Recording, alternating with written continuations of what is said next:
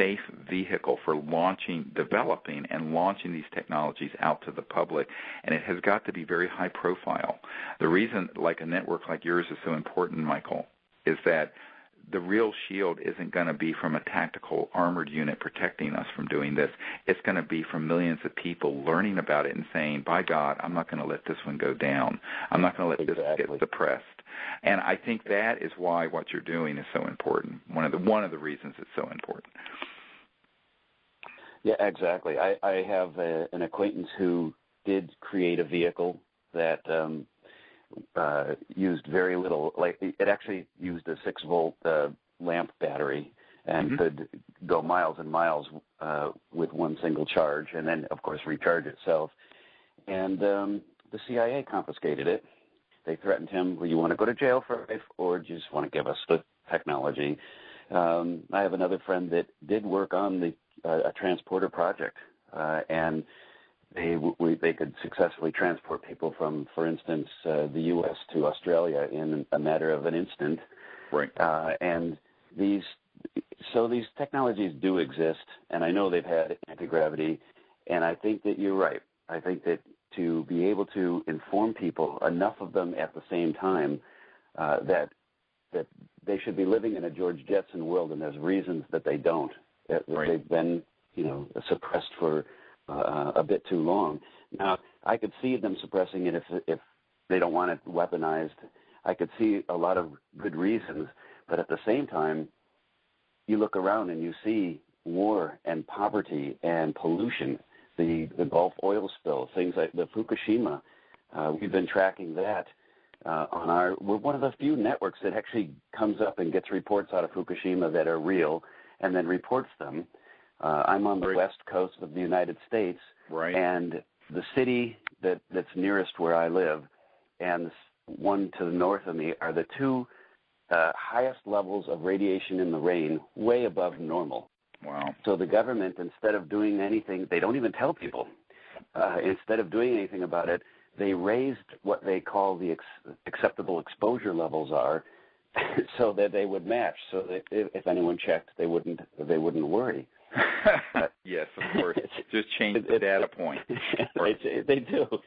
So, yeah, by the way, do any of these gentlemen that you knew that had these technologies, are they still alive, or you think they would work with a project trying to bring these systems? Oh, they would. As a matter of fact, I've had 2 offers by 2 different people who claim to have credible free energy devices to make announcements of such on the broadcast, and I'm very cautious about that. I don't want to get anybody in trouble. However, if I do have a big enough audience and these people are willing to, one of them is not in the United States at all. Right. So he's willing to make that announcement, and I have to be very clear. There have been announcements over the years, like the Steorn group, but then they all disappear. What I would suggest to you, what would be more useful, hook them up with us so that we do this in a way so that we verify it, reproduce it, bring it out, and have about 1 billion people know about it all at once. That's really what we're going to have to do with this. Almost 1 billion people saw the Disclosure Project event in 2001. We're going to have to do this in a strategically very sophisticated way with verification, reproducibility. All the sine qua non of science is of course, reproducibility. And I think that this is something that, these sorts of folks, we need to pull our resources together and do. One thing that would also be helpful is that your experience with the automaker is suppressing the very high miles per gallon engine back in the 70s, and these other accounts that you've related, particularly the one about the next phase of war being alien war. That would be a very important thing if you'd be willing to be interviewed by the film Sirius. We could hook you up with our producers there in L.A. because I think that it would be great if you would say that on the record. We're looking for people who've had direct knowledge of this to say it on the record, like Carol Rosin did when she talked about Wernher von Braun basically saying, look, they're going to hoax a threat from outer space. And this was part, and that, he also said, quite separate from this document you read, he said to her on his deathbed, he had liver cancer, and Wernher von Braun, who, those of you who don't know, invented the rocket for Adolf Hitler, the V-2 rocket, became part of our space program in the United States. Werner von Braun said that this was an appalling, maniacal, and stupid scheme, but that what they would do, they would first have the Cold War. That would be followed by nations of concern, and then it would be followed by global terrorism, and then it would be followed by a threat from outer space. First they'd start talking about asteroids, and then after that they'd bring in the whole alien threat. And he says this was all being planned and discussed in the 60s. So here we are in 2012, and all these movies are coming out, and the UFO research subculture has completely been frankly infiltrated by these sort of this kind of thinking. And unfortunately, we need people who are going to, I liken it to the Wizard of Oz standing behind the curtain scaring the bejeebies everyone with his crazy machine. We need folks like you, Michael, more people like you to come forward and just pull that curtain back and let people take a peek at what kind of deception and nonsense is really going on, because we can't afford to be fooled again on this one. It's like the song in the, we won't be fooled again, but we can't afford to be fooled again on this one. This is the big one. I mean, Vietnam was a disaster. The Iraq War was a disaster. All of that, 9/11 was a disaster. But this is the really, really, really big one. We can't afford to be fooled again. And so we need folks like you to step up to the plate and put this on the record that you have seen things like this. I mean, I'm just making that as an appeal to you right now. Well, I am officially stepping up. This is one thing I'm doing anyway.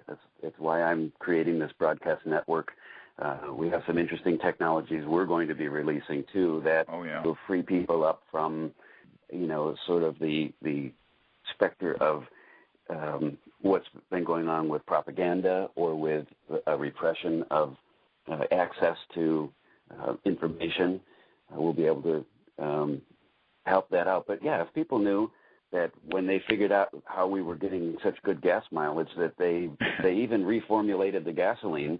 And I don't know if you ever hear those ads where you're going to leave your lawnmower in the garage all winter, you have to buy a little bottle of stabilizer to put in the gasoline, because the formula now is much less stable than it was in the 70s and prior to that, because they don't want us doing what we did to get the better gas mileage. Correct. And so there's just so many instances of this and examples of this that I think that if people knew. And you listen to the politics of the day, and right now they're arguing about taxes, no new taxes. There's this fiscal cliff coming. But if you look at, for instance, every day when you pump gas into your vehicle, you're paying a hidden tax because you should be getting 200-300 miles per gallon by now, because this was 40 years ago. And probably I think about 6% of the gasoline you put in your tank actually powers the vehicle. Correct. It's that inefficient of a device. That's right. Invented well over a century ago. Right, we're Mercedes with the internal combustion engine. I always tell people who think we're so high tech with their iPhones and all this nonsense, and I said, yes, the digital stuff that was reverse engineered from the ETs has come out. Everything else hasn't. So you're powering your iPhone with a coal-fired power grid from the 1800s, a distribution grid system from the 1800s. You're driving around a car, and I don't care if you have a Mercedes Maybach or a Rolls-Royce, it's an internal combustion engine from 1888. And if you're flying on a jet, jets were invented in the 1930s. And if you've gone into space, like my uncle's devices that took people to the moon, that is circa 1940s, Werner von Braun. Everything else is in a black box, and those are the things that could give us a world of abundance, an environmental homeostasis where we're living in complete harmony with Gaia, and peace, because you cannot have peace where there's injustice and where you have half the world's population with literally no plumbing and not a pot to pee in. You're never going to have peace. So these are massive, huge issues that we have to take on, and we have to take them on immediately. And so it's really wonderful. I applaud you for what you're doing with your broadcast and bringing light to this and bringing a bigger perspective to this whole, unfortunately, the silliness that's begun to surround this whole Mayan calendar and looking at it, what its true meaning is. Because to me, the true meaning of it is it's the end of one era, and the opening of another yuga, another big cycle. And this is a universal cycle, and it's a cycle of not only enlightenment, but extraordinary development in sciences and technology and our society that is really beautiful and breathtaking. But there are retrograde forces that are trying to drag us back and keep us back in that old Kali Yuga. And so I think we have to come together as a people and say, well, that's fine, but you can only succeed, as all tyrants do, if we give our power to you. And we're not going to give our power to you anymore. We're going to come forward and create a new civilization and a world of our dreams. And that's what this time is all about. Exactly right. And the closer we get to this solstice, the more contact I'm getting from people who are at least awakening to, well, what's it about? What's it really about? What's the Mayan calendar really mean? What's the solstice really, what can I do? Where can I go? I think we're going to have a huge audience, and I'm very, very pleased to be able to promote your movie and promote where we need to go with this. Because well, if there's a way for me to be on the broadcast, like I was saying the other day, let me know if there's a camera person anywhere. It turns out I'm going to be in Miami on the 20th and 21st so we'll be in sunny Florida. We'll be celebrating the remains of Atlantis, being in the Christmas. I believe we did find a camera person. Oh, great! Right in your town, yes, and you'll be getting an email regarding that. But we would love to have you come on and share your perspective, and we will put that with the video that you sent me. And I think it's a very important key part of the explanation and bringing the information out about basically a new emerging age, a new emerging cycle. Right, and and it's not all things are kind of new again.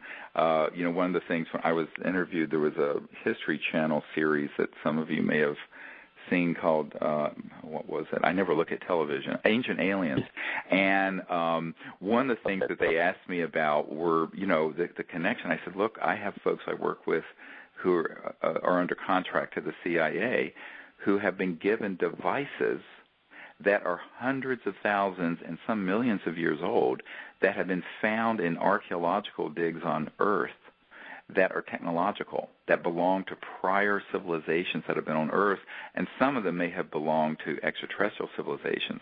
But if you look at the historical record, it's quite clear, whether it be in medieval times with paintings or the Nazca lines in Peru or what have you, that there has been contact between these ancient peoples who have these prophecies and teachings about this time and extraterrestrial civilizations that are out there who have been, some of them, I believe, I call them the guardians of life on Earth. They've been watching our development for hundreds of thousands and perhaps millions of years and are patiently waiting for us to grow up as a civilization. The hallmark of grown-upness, as I understand it, is living peacefully on our planet together, eschewing warfare, because that's when you're then a interplanetary cleared or capable people. We are not at that point yet. And one of the reasons why when we landed on the moon, I learned from a number of sources at NASA and elsewhere that when the lunar module that my uncle worked on landed on the moon with Neil Armstrong and Buzz Aldrin in it, there were ET craft that were surrounding that crater. But they weren't particularly happy because the Cold War, the